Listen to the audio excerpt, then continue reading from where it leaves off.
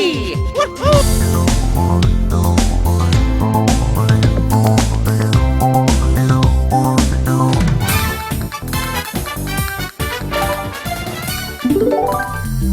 Welcome to the Classic Game Room review of Mario Kart Wii. Released in 2008, this is one of the flagship titles for the Wii, and one of the must-have games on that console. This might be my favorite Wii game that I've played to date. Definitely one of the most fun and technically rock-solid games. The design of the backgrounds and the whole environment is just stunning.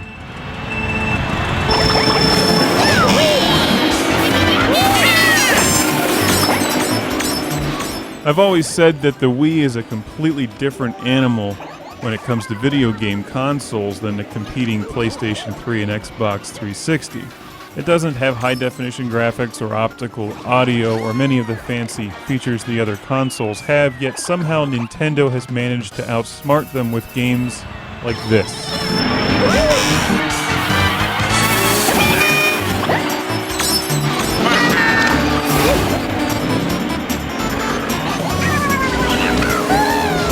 The designers of this game have used the limitations and the strengths of the Wii in creating this game. Its cartoony style, its bright, colorful, high-contrast imagery works well with the Wii graphics.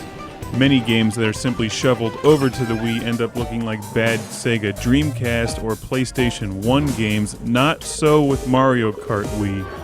Games like this and Metroid Prime Corruption that were actually made by Nintendo are made specifically for the Wii, and therefore they get it right. Also, the controls of this game are terrific. Many Wii games feel like the Wii controller and nunchuck controller are just tacked on as some kind of a marketing gimmick. This game feels as though it was designed with the Wii controller and the Wii wheel specifically in mind. The controls are terrific.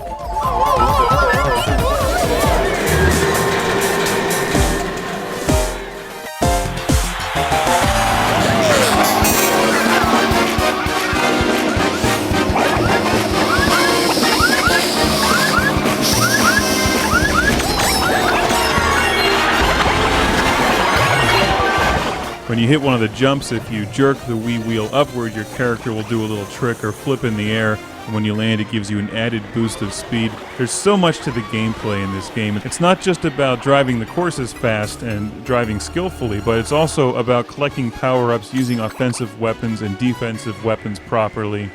There's just a lot going on in this game.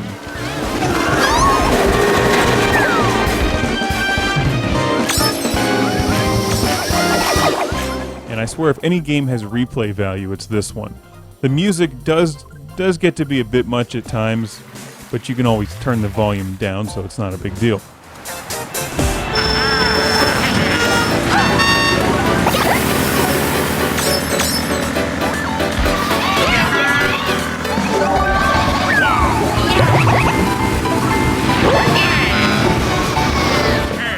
I think after several hours of gameplay, it does start to feel like you're suffering from a hangover in Willy Wonka land, but at that point you just need to put down the Wii wheel and then go start blasting aliens or something in Dead Space.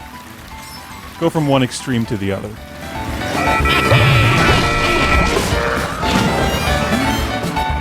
I'll break this into a two-part review. In part one here we'll look at the basics, and part two some of the more advanced tracks and the online multiplayer, which is one of the strengths of this game. If you're familiar with Mario Kart, I'm not telling you anything you don't already know.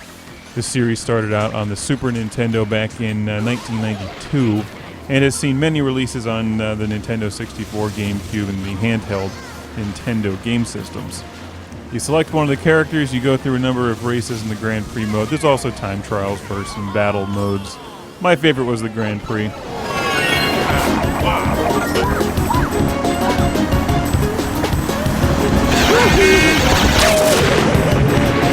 As you win the various races and circuits, you unlock different vehicles and characters, and the whole game is just terrific.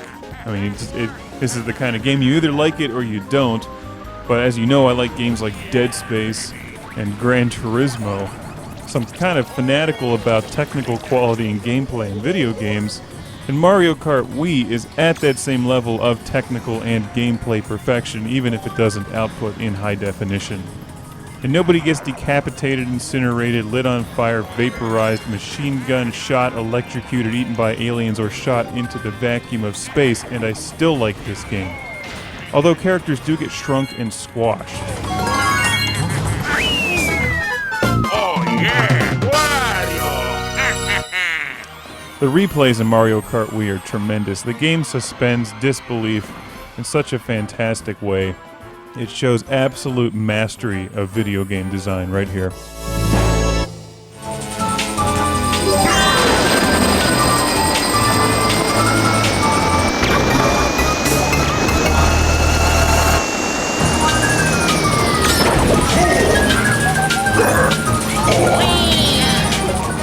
Normally I'd choose a Nissan Skyline for a track like this.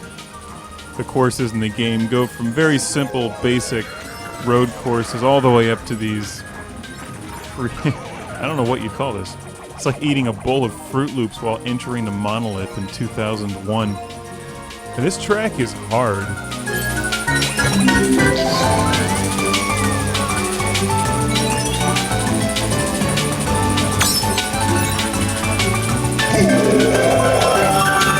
My god, it's full of Japanese design.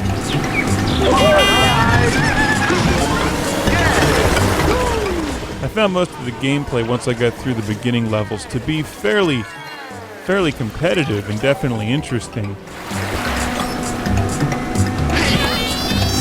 So I feel that there's certainly enough replay value within the game itself, but then when you get into the actual online gameplay, that's when this thing really opens up and starts challenging you when you're playing against people who have spent the last 15 years playing Mario Kart and know the tracks like the back of their hand.